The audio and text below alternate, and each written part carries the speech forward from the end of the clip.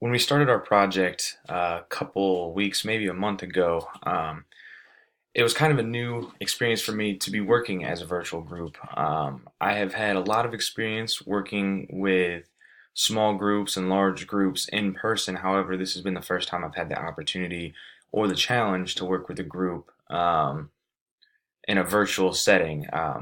When it started, I realized I was not near as up to speed with Canvas and running that system since this is the first semester I've used it. So I didn't even realize for the first week until about our first deadline that I had an assignment coming up. However, we got in contact with each other and figured out a way that we could all FaceTime and meet for our first meeting. We signed each other details and figured out a problem on campus we wanted to tackle, and then figured out ways to do it. We worked on finding ways to either incorporate bike lanes or new paths on campus, making it look better and making bikers on campus safer. So there's three areas that I focused on when I was doing my research for this presentation. I mainly focused on collaboration, managing conflict, and problem solving.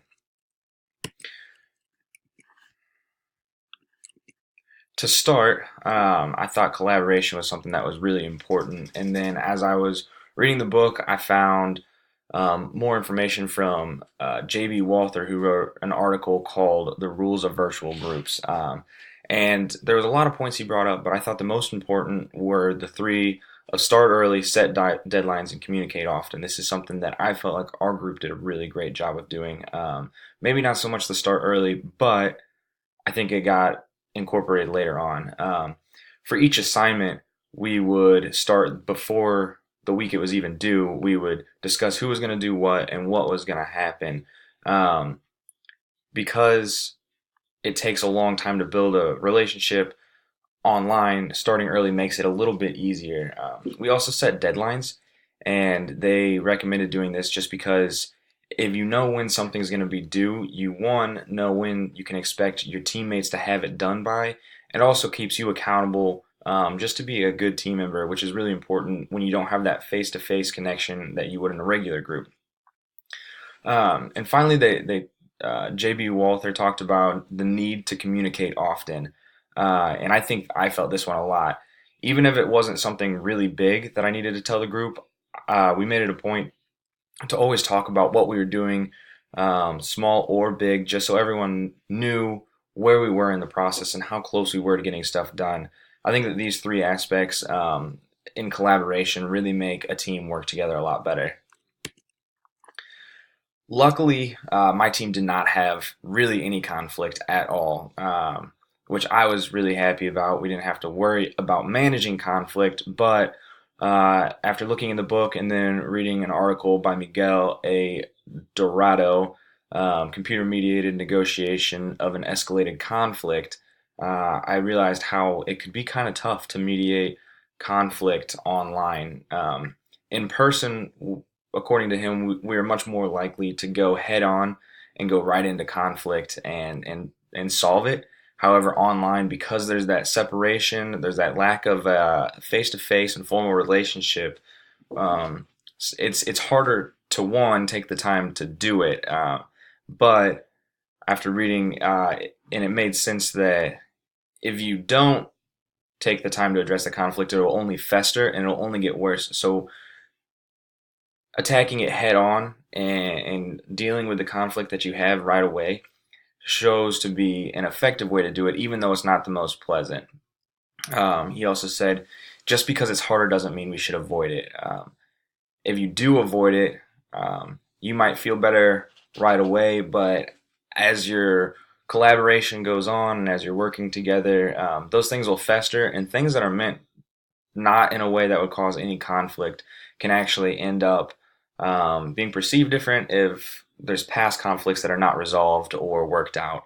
I thought this was a great idea of really how to make your team work better, because if there's conflict in the team, you're not going to have a good final project, or you're not going to enjoy your time working with your virtual group. Finally, talked about problem solving, read about in our book, and then found another source on it by Marshall Poole.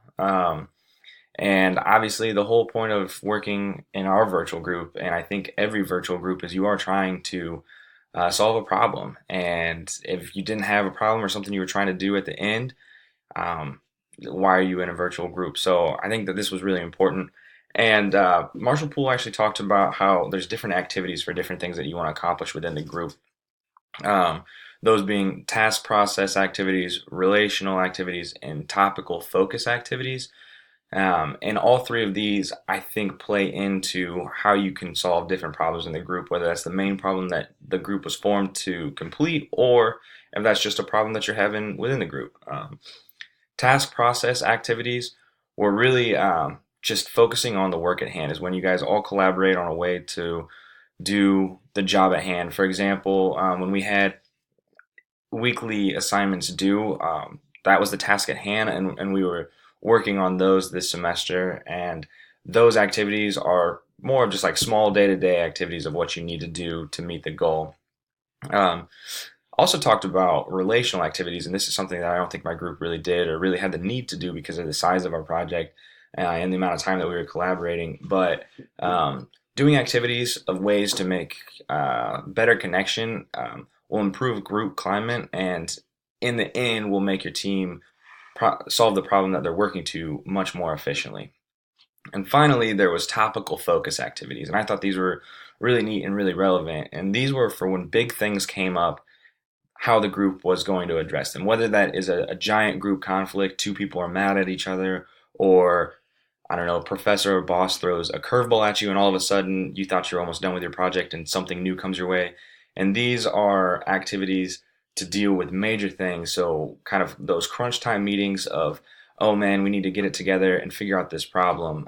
And according to Poole, those using those three methods to be able to solve your problems, those three areas will cover most issues that you could have in a group and make collaboration a lot easier. All in all, I really enjoyed being able to work with my group over the last month or so of the semester. Learned a lot about how to communicate effectively virtually. I hope that most of my collaboration after I graduate will be face to face and in person, just because that's the kind of person I am. But I do feel confident that if I am put in a virtual group, I'll know how to not only solve problems and collaborate, but also if there's conflict, I'll know one, that it's best to address it, and then I think I have the tools to address it. All in all, really enjoyed the semester. Hope you enjoyed my presentation, and I have the resources that I used at the end. Thank you.